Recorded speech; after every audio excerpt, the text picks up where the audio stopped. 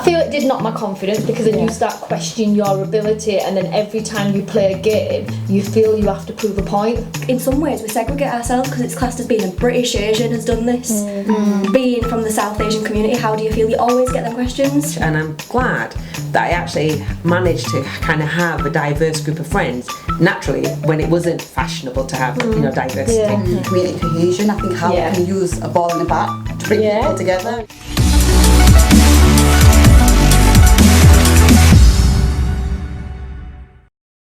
Welcome again to Let's Talk with Asian Sunday, and I am delighted to introduce my panel for this episode. It's all women again, but this time they're all women in sport.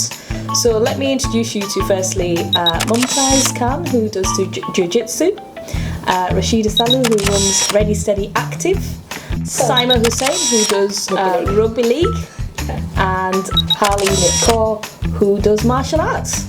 That's me. So, ladies, tell me, sports, women, especially women of BAME background, how did you guys get into this? It's not normal, they say. They say where our, obviously, demographic, your demographic, is the least involved in sports and activities. So what made you guys get involved? So let's start with you, Rashida. I suppose, like, as a young child, I was always quite sporty. So the PE lessons were probably my favourite sort of lessons at school, and I'd be one of those kids that I'd be constantly looking forward to those PE lessons. Even if I was ill, I'd probably try and make an effort to get into school just for that PE lesson. But I did struggle. Like, I knew, like, just from the looking at around me and other girls, other friends, nobody was participating, and I was constantly wanting to be on a pitch or on a tennis court. And I think it was just, I don't know, I just found it easy to kind of play sport from a personal level, but the opportunities just weren't there. I think it was community was saying this isn't for you, the culture was saying this isn't for you, parents were saying this isn't for you. So it was quite a tough time. So for me it was just the sheer enjoyment of hitting a ball, scoring a goal, getting it over the net. It was just really good. The experience itself was really good. Amazing. But just the opportunities, it was just... Yeah. And when did you start again? What was the... in terms of actually playing... So in terms of playing, it was just... initially it was just school. I didn't manage to get into any clubs because it wasn't a thing to do. You didn't see any brown faces in the clubs. But when I went to university, started driving, that's when you get more freedom and do what you want. So I actually rocked up to a tennis session, back at the tennis centre, social session. You got lots of players there. Bought a racket from Sports Direct, a little cheap one, and turned up. And when I got on the court, it was like, oh, sugar, I can't really play as well as I thought I could in the PE lessons.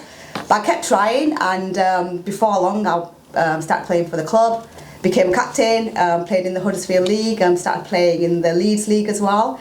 And I picked it up reasonably quickly because I think, I don't know whether, I think it's because I enjoyed the game quite a lot. I did spend a lot of effort on the court to kind of play the game, but I've not had any coaching. Everything learnt was literally within the matches I ended up playing.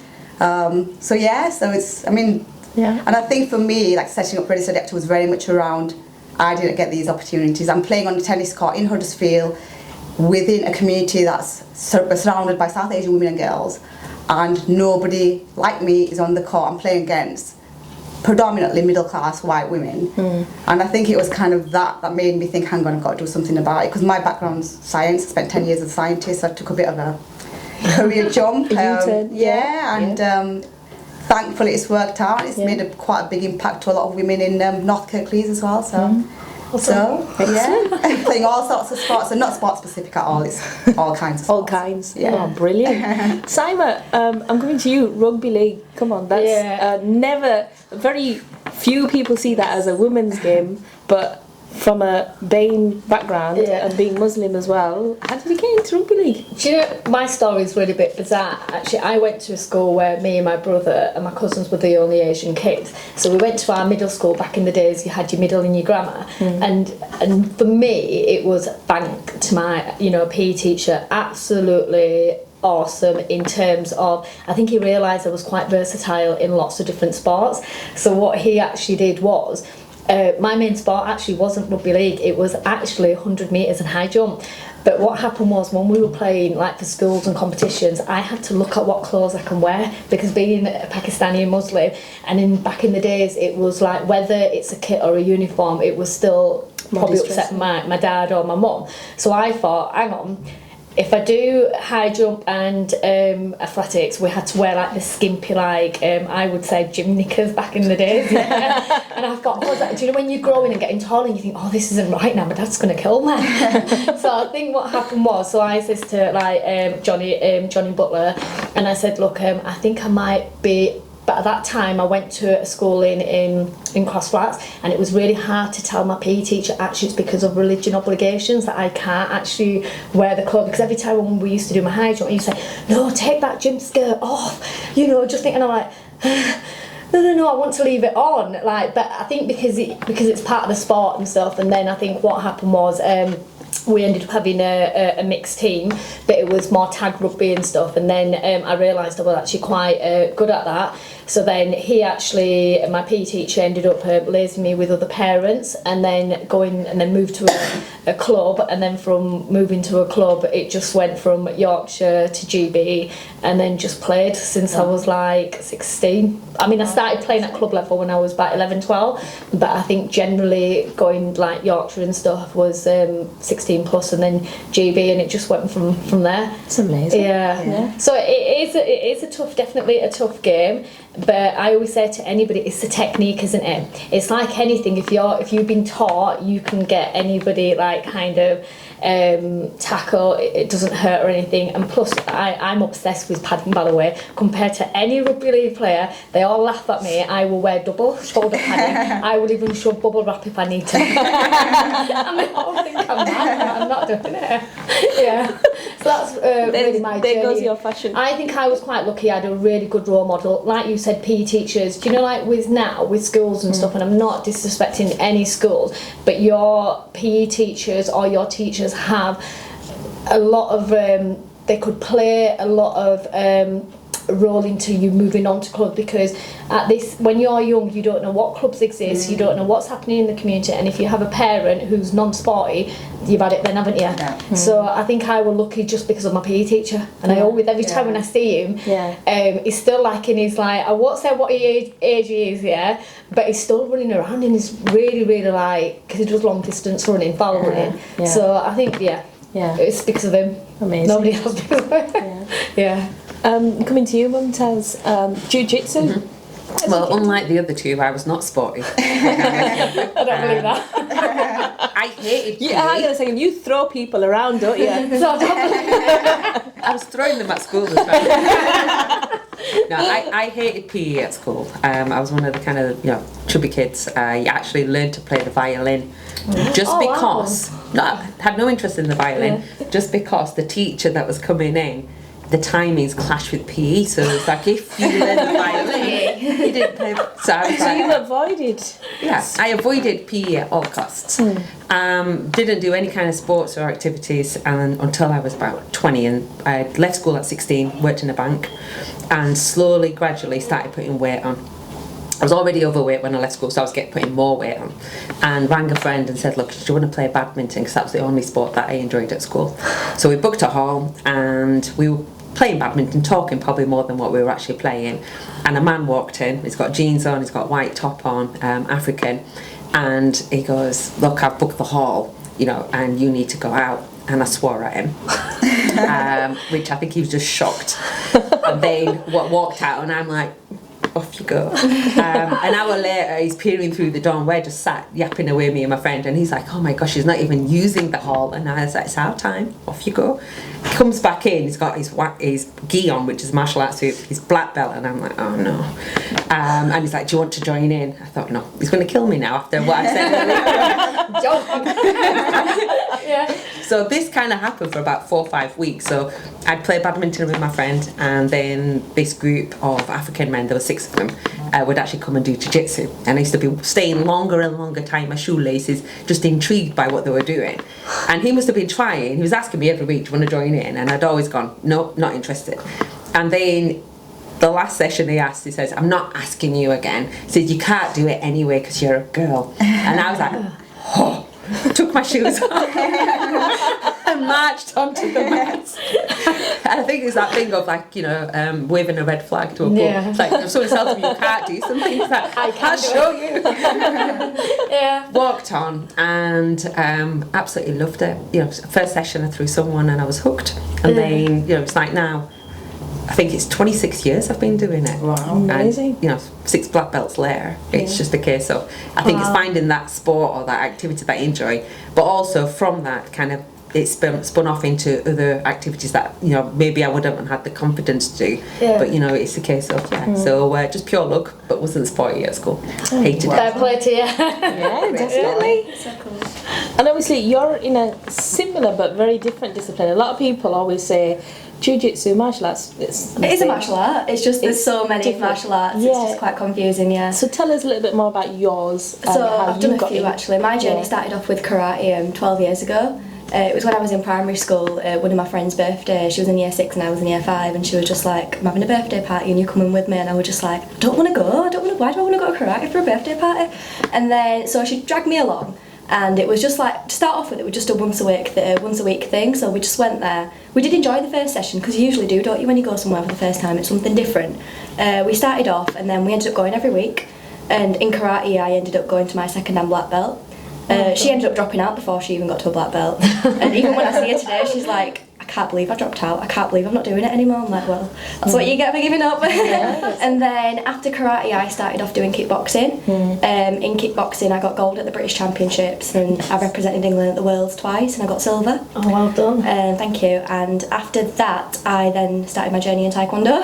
Oh my So goodness. then martial art comes along. Yeah. And in Taekwondo, I train with Horizon Taekwondo Academy at the moment, and I've also become a coach with them. So I have my classes running every Wednesday.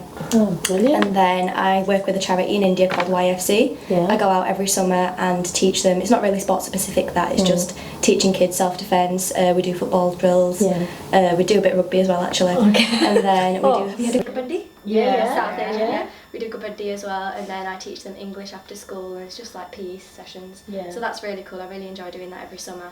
And I'm also at university studying sports science. So what gave you the motivation or the feeling that actually, you know what, this is what I really, really want to do? Because you're the youngest in this group, and at your age, I don't remember. I mean, I did 20. I mean, I was just telling them earlier that I changed so many careers before finding the right one. So obviously, but you've pursued it. What made you think that this is the right thing for me? Because you've been doing it for a long time now as well. I think one of the things when I was young and I started off, it was a matter of there's no BAME role models, there's no role models of my background who I can relate to, who I can say, yeah, I want to be like that person. Obviously in boxing there were people like Amir Khan and David Hay, and they're from BAME backgrounds, and it was very, very different to kind of relate yourself to someone like that.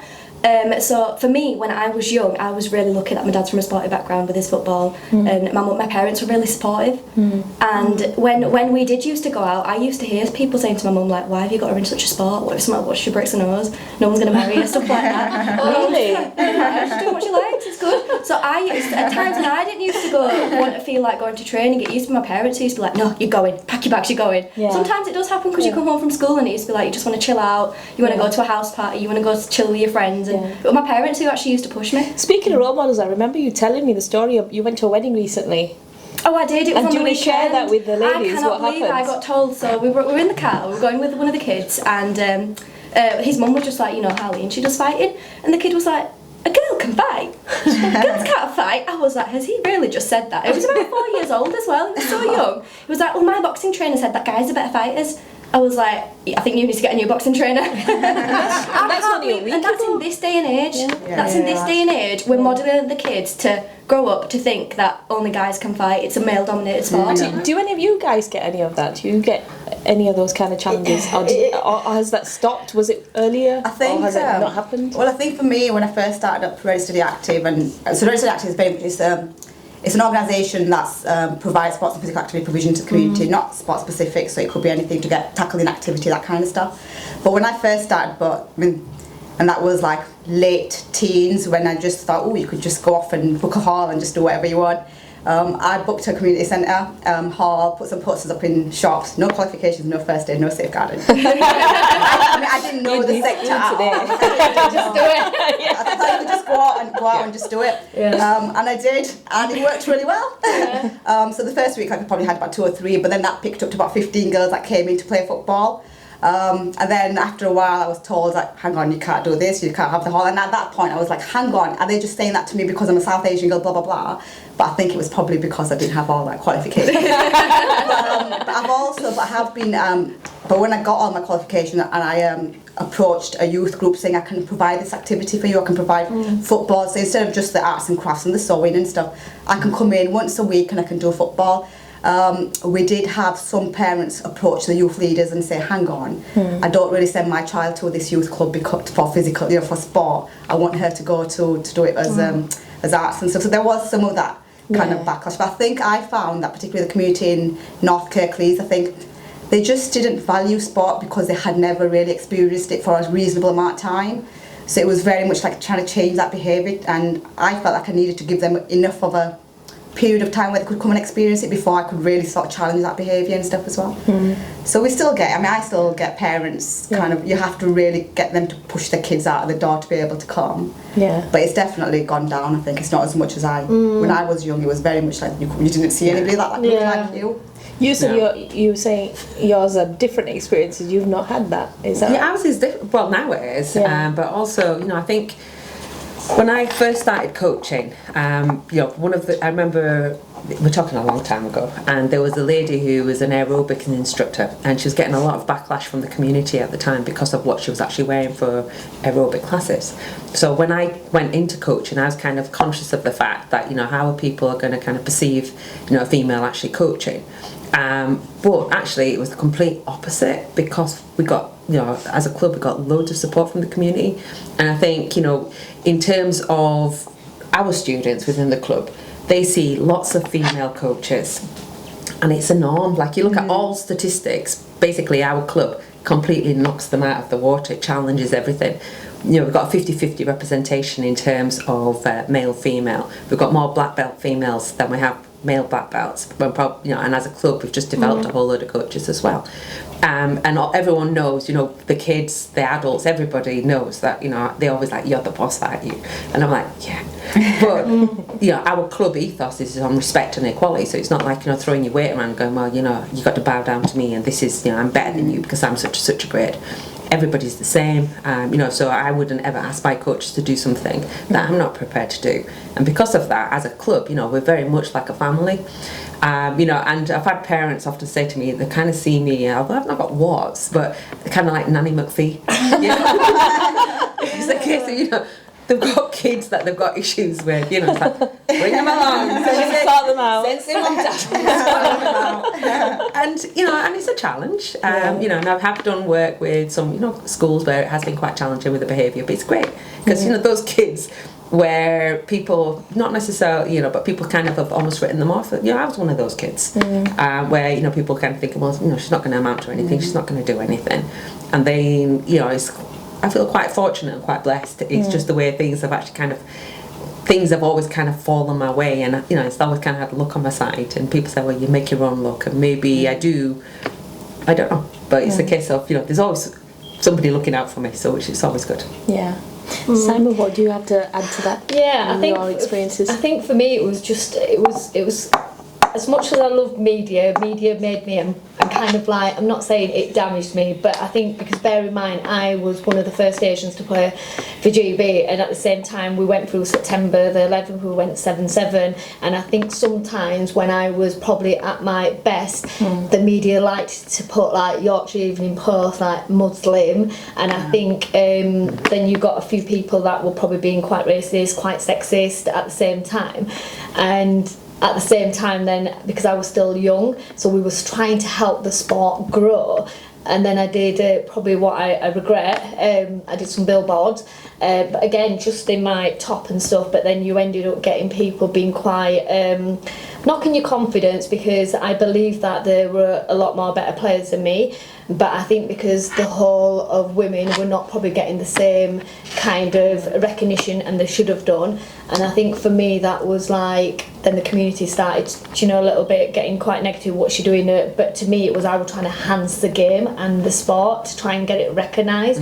And I think it's really bizarre because rugby league is now probably at its best. Sport England invested a lot of money in the women's game now, but if I could turn back the clock, you know, I wish everybody got the same recognition what I, you know, as a but at the same time, to say that I was one of the liked player and you know, being like Pakistani and most people always get your name wrong, like Saima, they all knew my name. But I think that's when I realised, when all the media took over and stuff, and I think that kind of destroyed my relationship with other players from different, because they thought, why is she getting all that wine and something. So I do feel for it, and I will always put my hand up. I can't be held responsible for that, and I never ever played on the racism or anything card or anything, even when people said, oh, on the pitch, bomb that. Do you get what I mean? Yeah. I never ever, sorry I quoted that, yeah, but to me I never ever, what I just thought, let's change people's ways of thinking. So yeah, I think you're going to get that, and even now still going back, but that's why I refuse to go on social media, because I'm quite a private person. So anything to do with Facebook, anything to do with images, I won't have it, because nobody can track down me. It's interesting. I do, so nobody can never, because that is, because I think, because when Facebook came out in 2007, when it first, was it about 2006 when Facebook started coming in? Yeah. It kind of destroyed me at the same time, and being honest, so I chose no Facebook. I thought, because I'm quite a private person, and I'm really honoured that, you know, my dad struggled with it. Mum didn't really have a say, you know, and I just felt that Dad probably felt a little bit embarrassed when some of the comments, you know, what people were saying. So for that reason, I will not have the social media beat me. Yeah, no, it's fine. I mean, that leads me to talk about the media. I mean.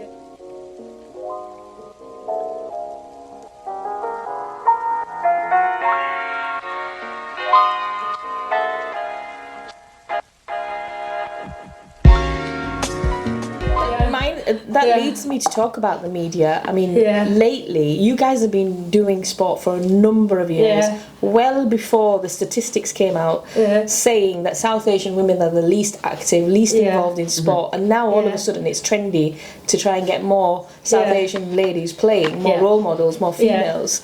You know, in this era of this new trend, this new buzz, this new, you know, push towards getting more females interested in playing a sport or getting involved in sport, do you think that that's a little unfair? You know, like you touched upon it a little bit, that there could be a little bit of tokenism, and you said that you got other people saying, well, it's not fair, why is she being put on a pedestal? And I agree. She's I will Muslim always, from BAME, and we're trying too hard to reach statistics rather than actually getting people to enjoy the sport. Yeah, you're right. You know? Do you think that's... I feel it did knock my confidence, because then you start questioning your ability, and then every time you play a game you feel you have to prove a point, so you can't have days off. So it's like, for example, we recently played at Man City ground, our finals, and I'd actually come back from an illness, so I wasn't ready to play, and you know, when your teammates like try and say, oh my god, this is a lifetime opportunity, you know, so I kind of like got permission off my consultants, and they allowed me to play. But I think for me it was really, I wish I didn't play, because I felt I wasn't well. So do you know, when like, and everybody's saying I did fine, but I know what I'm capable of, because when everybody's watching you, you want to put a good performance. So I think a little bit. I mean, you know, we've got next year, we've been promoted, we're in Champions League, and hopefully we are going to get to Super League next year, fingers crossed. So I think it's just go from there. I think just the same question to you guys. When you guys were starting out, the statistics were still the same. There weren't that many. Actually, you know, probably worse. So how come? Why has it all of a sudden become trendy? Is it because we're trying too hard to meet those statistics? And I think the media's played a massive role. I mean, at first, when I started like going on Sky Sports, it's just a girl from Bradford being on Sky Sports. It was a big thing for me. But I feel like in some ways we segregate ourselves, because it's classed as being a British Asian has done this.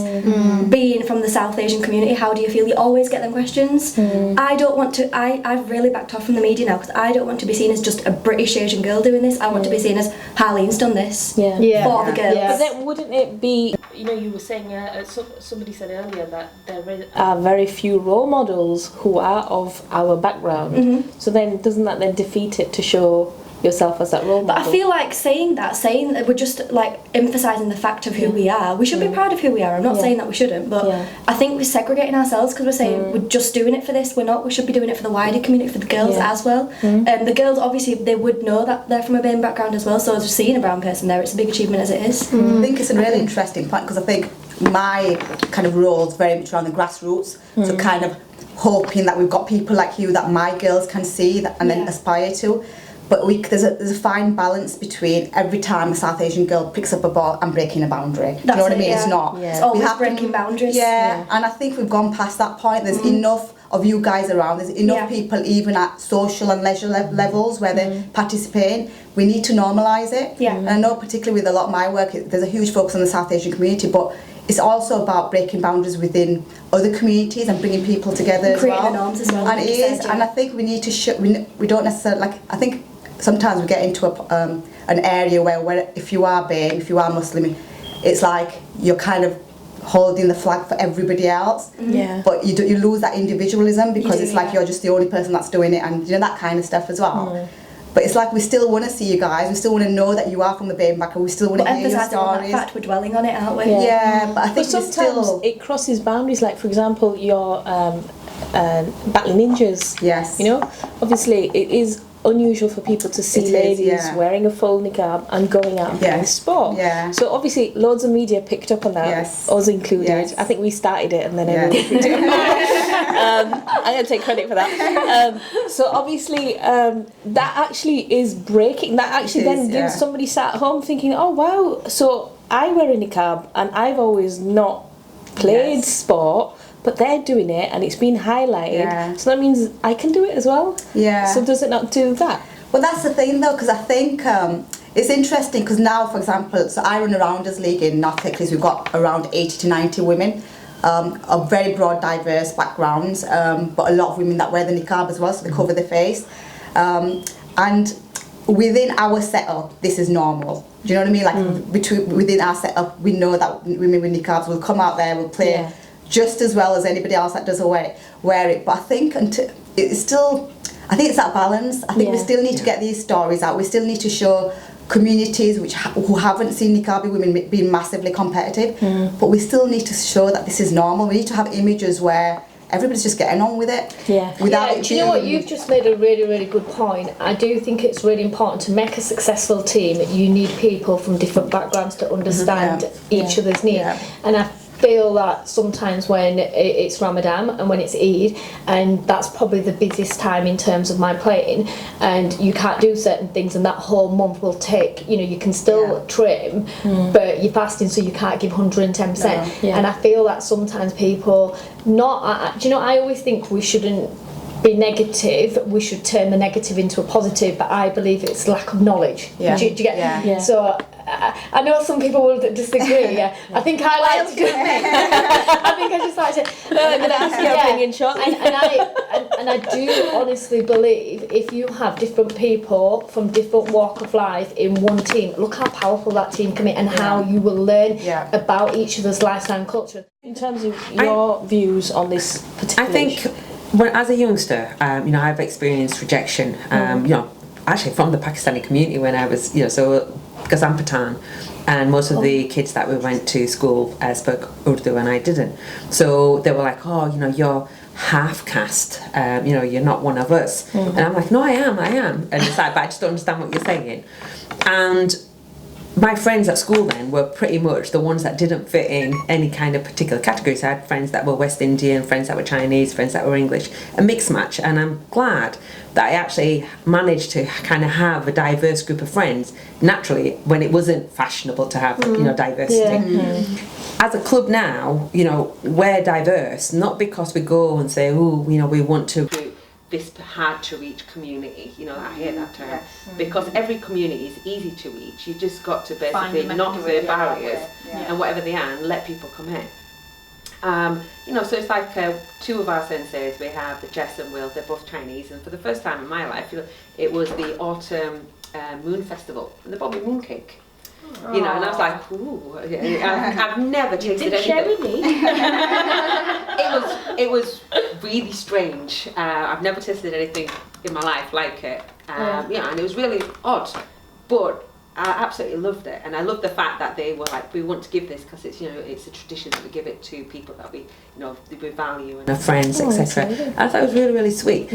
But as a club, I think regardless of who you are, what sport you're doing, the fundamental thing, and it's in Jiu Jitsu, it's one of our 7 codes of Bushido, is respect. And if you treat people with respect and you treat everybody equally, so everybody's the same, so regardless if they're male or female, regardless of physique, you look at the kind of 9 protected characteristics of the Equality Act, it's a case of, if you've got that fundamental respect, everything else would fall into place. And going back to what you were saying, it's a case of when you kind of say, people are breaking boundaries and then start to give or try to give preferential treatment to groups or individual people. What you become is a puppet in a larger kind of, in a larger show. And, we're not performing monkeys. It's a case of you do what you're doing because you enjoy what you're doing and you like what you're doing, and everything else falls into place. And, people can say, well, why is your club successful? I love Jiu-Jitsu. I love talking to people. I love cake. And, I've got to keep myself active. Otherwise, I'm just going to balloon. It's a case of, that might not be everybody's cup of tea. People come to the club and go, well, that's not for us. Fair enough. But it's a case of ultimately what you want is a healthy society, so everyone's fit physically, everybody's mentally fit as well, but that everything's done on a level playing field as well. So if it's not fair, then it ain't going to happen. And and if you're changing, it's like they kind of talk about white privilege, and they were so there was an experiment, a social experiment, and saying, well, if your parents are divorced, or you've had this or you have that, you've got to take a step further away from throwing something into a bin. Well, if you're 100 meters away trying to hit this thing, you're not going to get there. So it's a case of, the key thing comes right down to education. In Bradford, everyone's got a good education, that's the first thing. Second is job opportunities, and if they're not there, then you're setting everybody up to fail. What would you say are the challenges that you all face, if you all had to describe the main challenge?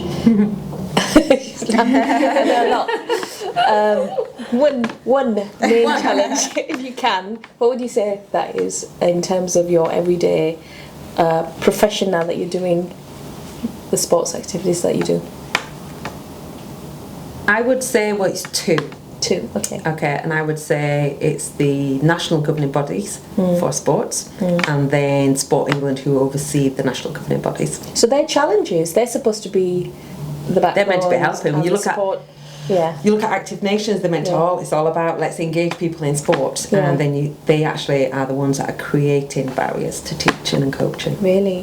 What do you guys think? Do you share that view, or?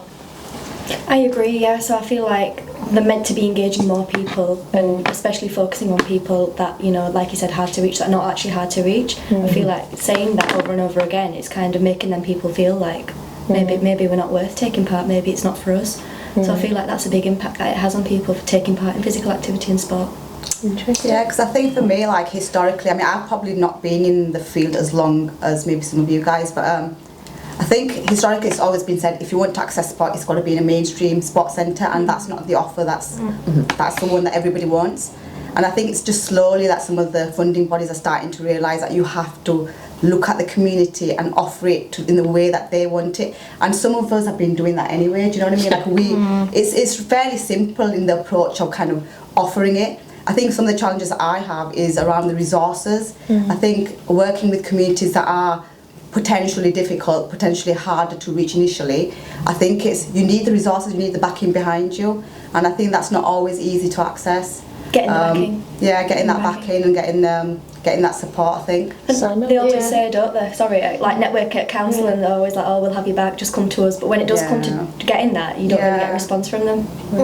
I'd probably agree, but I definitely probably agree with what you're saying in different, but I think with myself, rugby league is not actually delivered as part of a PE curriculum, not for all schools. Yeah. So if you do go to a school that's highly, 90% maybe ethnic minorities in terms of South Asia, they will probably do the softer, I wouldn't use the word softer sports, but they'd probably keep on the curriculum, and they're allowed to, like the cricket and the football. But then I just feel then I believe every child should be given an opportunity to try and decide what's good for them. Like, for example, you didn't like sports, did you? No. But look, you actually found something what you actually enjoy. And I'm quite lucky because some of the schools that I work with are I always choose when I was in Leeds, and when I managed like the areas in Leeds, and same with Bradford, I'll always pick the ones that I know that are going to be, because I like a challenge. Because I've come from a sport that I couldn't even play the sport, and then being really, really good at it.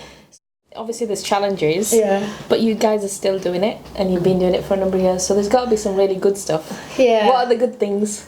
If you had to like reminisce or share to our viewers the plus parts or the reasons why you keep going back and keep doing it despite I want more ethnic minorities playing rugby league. That's what I want. I think you've got a goal to try and get more. I think before I retire completely, I am going to get somebody signed up, and I just think I feel really like upset because, do you know, like between me and Ikram, we've done this sport for a long time, and I think we need to take a bit of responsibility and thinking, do you know what, we're probably the people that can probably help these kids, do you know, like through our own So journey. does it come back to the role models? Yeah, I do, and I think that's why I'm gonna do. I think when we were in Leeds with a lot of my South Asia, my African and Afro-Caribbean community, I was quite lucky with most of them went on playing football for Leeds United, because I cover two sports, rugby league and football, but I actually started off with football, believe it or not, working in partnership with Leeds United. So I think now I've decided, no, I'm going to stick to rugby, because I've signposted as many kids going and playing for professional clubs, but now I'm going to get I think football has a better mechanism and more options, where rugby, it's like, I'm not, but we'll get there. I think it's like you said, you've got to make an example, you've got to kind of get the governing body to listen and say, it's alright saying this, but I can't see it happening. Yeah. What about you, Helen? You're going all over the world. I think that's one of the main things. You get to meet so many different people, you get to explore these different cultures, and I think just taking part in sport, it makes you not just discipline, you learn so many values of life, and you just it's given me a big role of independence as well. Like, I think for my age, I always get told I'm really mature. Yeah, I mean, I've been looking at some of the stuff that you do, especially the work that you're doing with the kids in India. It must mean, like, you must feel like you're changing somebody's life. It does, it just means so much to me, knowing that I've had an impact on so many people, and it kind of makes you feel grateful for the opportunities that we've got here as well. Yeah. And I think when you actually go there out first hand and you see what they're going through and how they live, it just makes you feel so grateful for how we live here, and like everything we've got here, we take it for granted. Fantastic. I think there's kind of following on, too many. But there's a quote by Billy Graham which kind of touches on what Harleen said, which is, a coach will impact more people in 1 year than the rest of people will do in their whole lifetime. So it's a case, if you're having that impact on somebody, then you're making sure it's a positive impact. So, and I think if I could zone into one particular thing that I like more than anything else, I think it's the friendships that get made. I've made some really, really good friends, I consider them family, and then you can see other people when they're training and the friendships that are created in terms of that it's just it's really sweet. And we've recently had two kids extremely shy, both of them, both joined at the same time, and then they were chatting away by the end of the session, and it was just like this is what it is, it's giving them skills for life. So the friendship. And I think I would agree with all of you guys. I think when you're working on the ground, particularly with women and girls that are inactive, the changes that you see in them are actually quite quick and quite dramatic.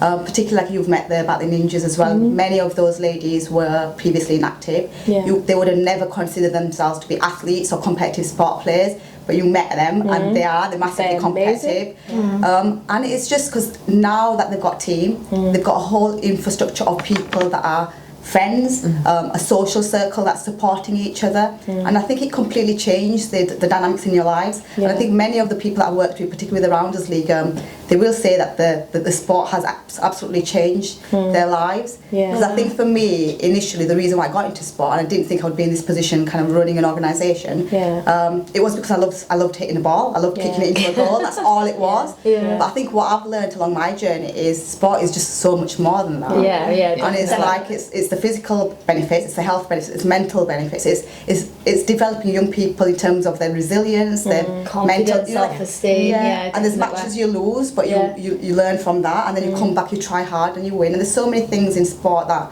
reflect and are transferable skills that go into your life as well. And I think particularly a big one for me is community cohesion. I think how we can use a ball and a bat to bring people together. I know that about cricket, really. It can be as simple as you put a ball and a bat on a field and nobody cares what you look like, nobody cares if you're tall, short, black, white, you'll all come in there and play, and I think that's just so powerful. Beautiful thing about sport. Yeah, it is absolutely bringing beautiful, people together.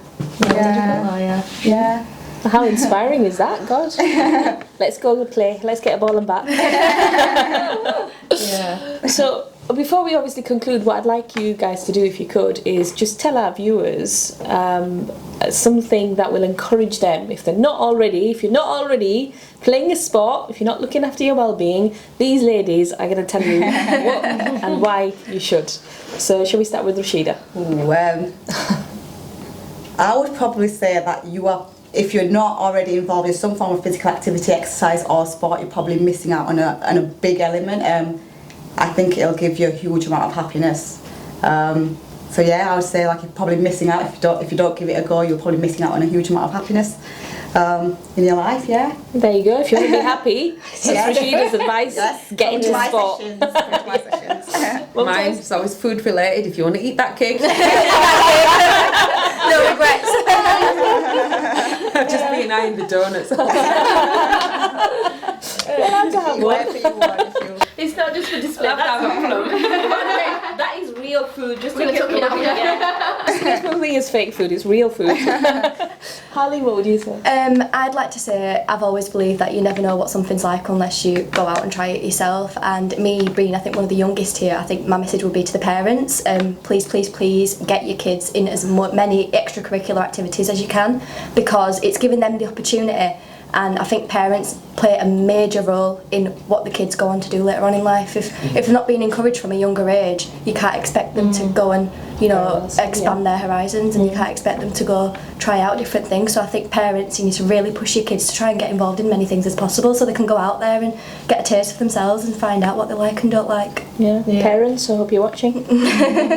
I think like everybody else, we share the same goal, and I think, for me, I'm not, like I always say to the students that I work with, I says I'm quite lucky, by actually playing the sport, opened lots of doors in terms of my degree, getting a scholarship, in terms of my sponsorship, in terms of getting Asian Sports Personality of the Year, getting an honorary, and I just think that, and I have to keep on saying to them, if you have sport behind you, it's something that will kind of open doors for you, and it does in terms of confidence, in terms of leadership, in terms of behaviour. For me, going back playing is like I look forward for every training session and everything. It just makes me feel lighter in weight. It sounds really mad, that tackle that I might get and it might hurt me, but it's worth it. It's worth it. The aches and pains are worth it. No pain, no gain. That's what they say. In 2 days I'm alright. I'll whinge. Get over it. In terms of I think there was some research or something that we have a life expect up to 50 because of due to our poor diet, our poor health, and to me we have to look at it. Why has the South Asian community got the largest diabetes? It's because whether we like it or not, it is due to poor health and poor diet. Quick, hide the donuts. And that's where kind of when some of the work that I do with the rugby, I always have to say to some of my parents, I says, look, it's more to do with health and moving, so sometimes I miss out the word rugby and I say, it's a health and well-being, it's about getting them active, but really it's rugby,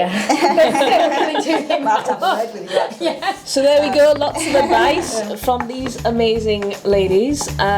If you're not already doing a sport, if you're not looking after your well-being, I hope these ladies have given you reason why you should. But thank you once again for joining us at Let's Talk with Asian Sunday. Until next Sundays, bye from us. Bye.